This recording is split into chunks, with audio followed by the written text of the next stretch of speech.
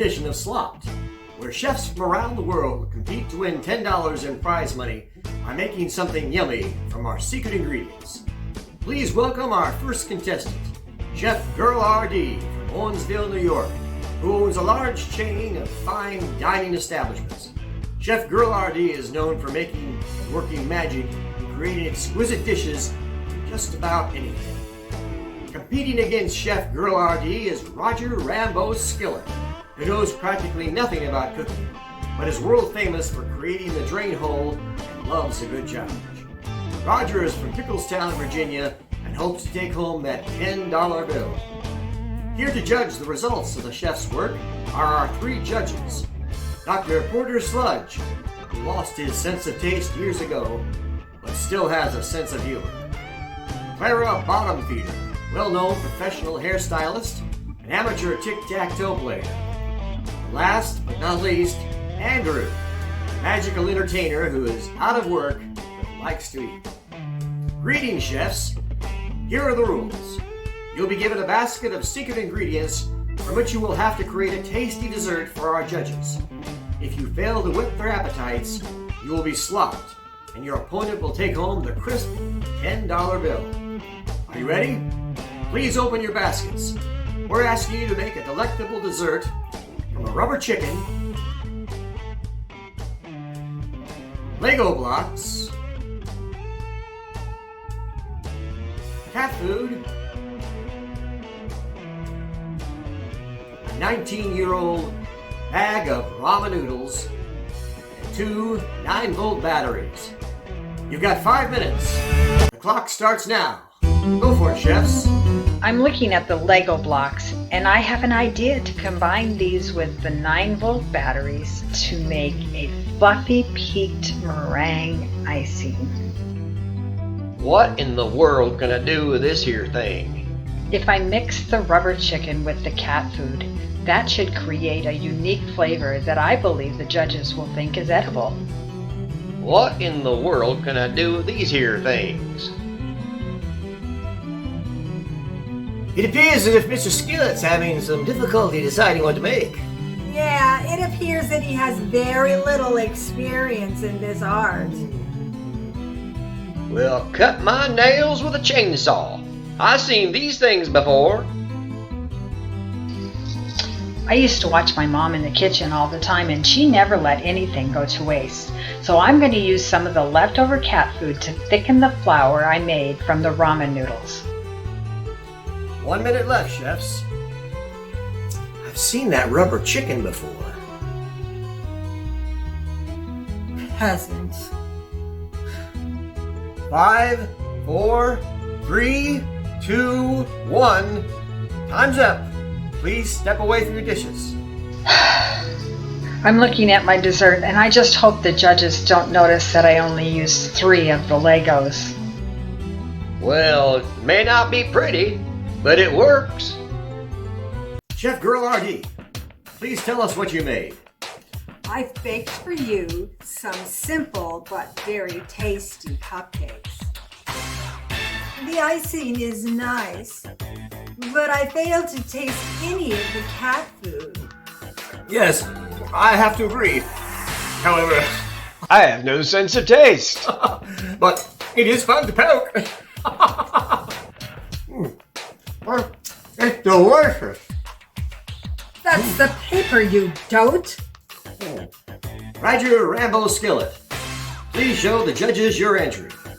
Well, ain't no good at baking. It made me a stud finder. Well, I will say it certainly is unique. And Mr. Skillet, you're sure easy on the eyes. You know, I needed one of these just the other day. Brilliant. Absolutely brilliant. It's delicious. I'm sorry, Chef Girl R.D. I'm afraid your dessert has been slopped. And our new slop champion is Roger Rambo Skillet. Well, what do you know? And I didn't even use no cat food.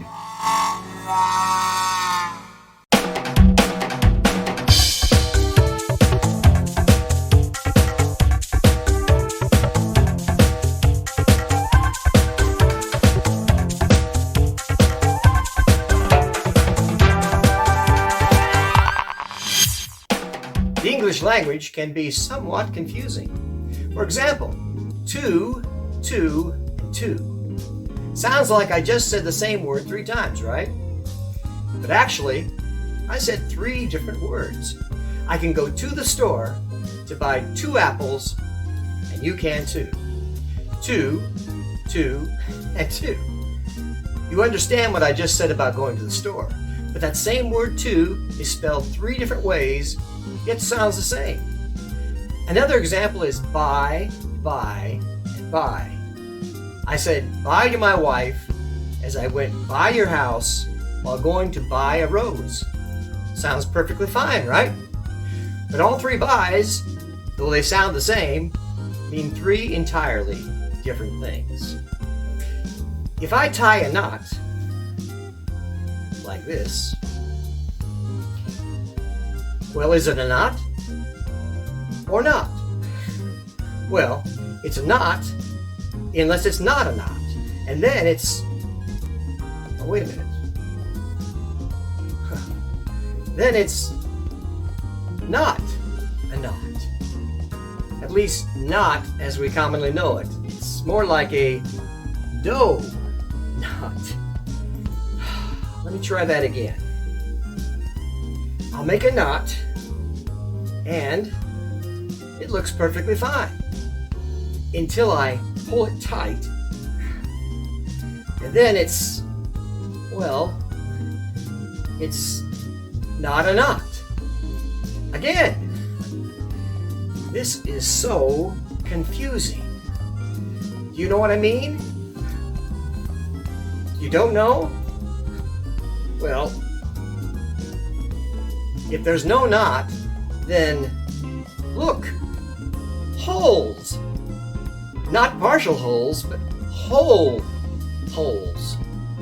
A whole hole here and a whole hole there. In fact, there are 2 of them, too. Well, I'll fix this. I'll simply take the knots that are not knots, and I'll push them together. Do a little bit of hole transformation for one scarf that has holes.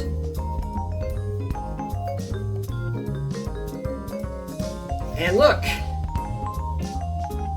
the holes have been made whole. Or are the holes not whole? I don't really know. Hi, it's time for that special word of the week. And the special word of the week is encouraging. An encouraging person encourages others. That means they say or do things to help others feel better when they might be sad about something. A wonder kid is an encouraging kid. Did someone ever say something to you when you felt sad that made you feel better?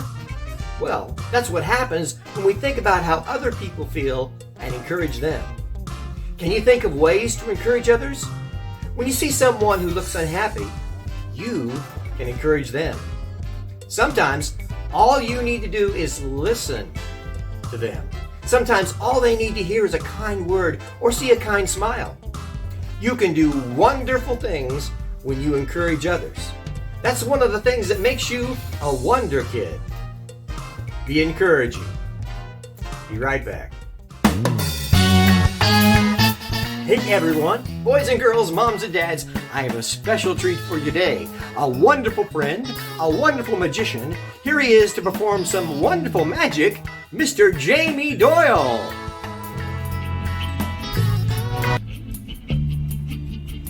Wait a minute, you're still here. Well, you must be because I'm here, you're there. It's time to do something really fun. You guys know that I like to do things to get you to pay attention with your eyes and to listen with your ears. Eventually, I'm hoping that when I do that, something will get down in your heart. Today, I'm going to do something a little tricky to see if you are paying attention. I brought with me a bandana. You know what color that is, don't you? That's right, it's red. As a matter of fact, pump your fist in the air and say red. That's right, it's red. To match, I brought with me a red ball. Everybody say it, red bandana, red ball. No, not Red Bull. That's something totally different. That's one of those like energy drinks. We don't need that. Let's see. Oh, perfect. I brought this with me to help out. Okay, now we'll put that in a cup so that you can watch it. It's clear, then you'll know exactly what's going on. I also brought with me a yellow bandana. Everybody pump your fist in the air and say yellow. Yeah, it's a yellow bandana, and you guessed it, I also have a ball to match. Yellow bandana, yellow ball. That's right. No, not Yellow Bull. That's not even an energy drink. I don't even know what that is. Okay, let's see. Oh, yes, I also brought this with me as well. Okay, now, you're able to watch these exactly where they are. Now, I'm going to make each ball jump from one cup to the other. See if you can see how it happens. It'll happen first, invisibly. Wiggle your fingers like this. Go ahead, moms, dads, everyone. Do it with me. Let me check. Yes. Oh, boys and girls, this is exciting because the red ball has jumped from here to here and the yellow ball has jumped from here to here. You don't believe me? Here, watch this. Wiggle your fingers. Ready? Oh, here it is. And they're back again. Yeah, the red one is inside the red handkerchief. The yellow one is back inside the yellow handkerchief. Thank you. I don't hear the thunderous applause. You must be so amazed you don't even know what to do. Okay, let's do it visibly. Ready? Wiggle those fingers. Ooh, you're gonna see it actually move. Here we go.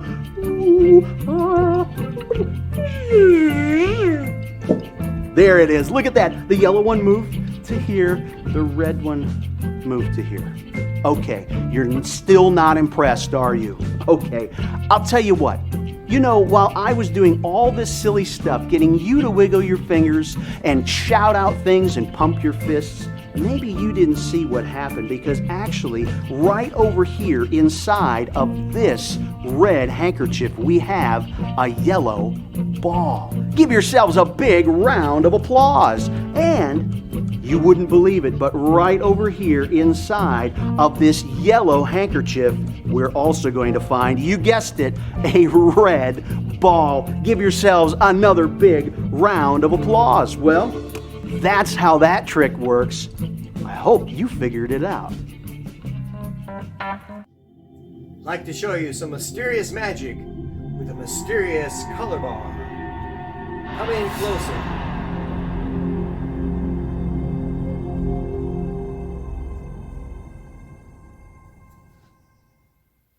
This is the mysterious golden color bar.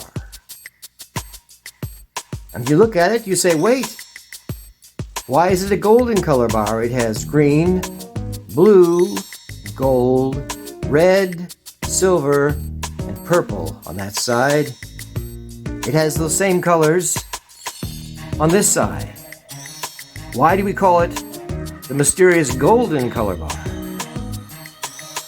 It's the mysterious golden color bar because we can take a little bit of the gold right there. Wave it over the color bar once, twice, 3 times. And the color bar is now a golden color bar on both sides. Golden here and golden there. Even though it originally looked like it had colors on both sides. It really is a golden color bar on both sides. Golden here, golden there. The mysterious golden color bar.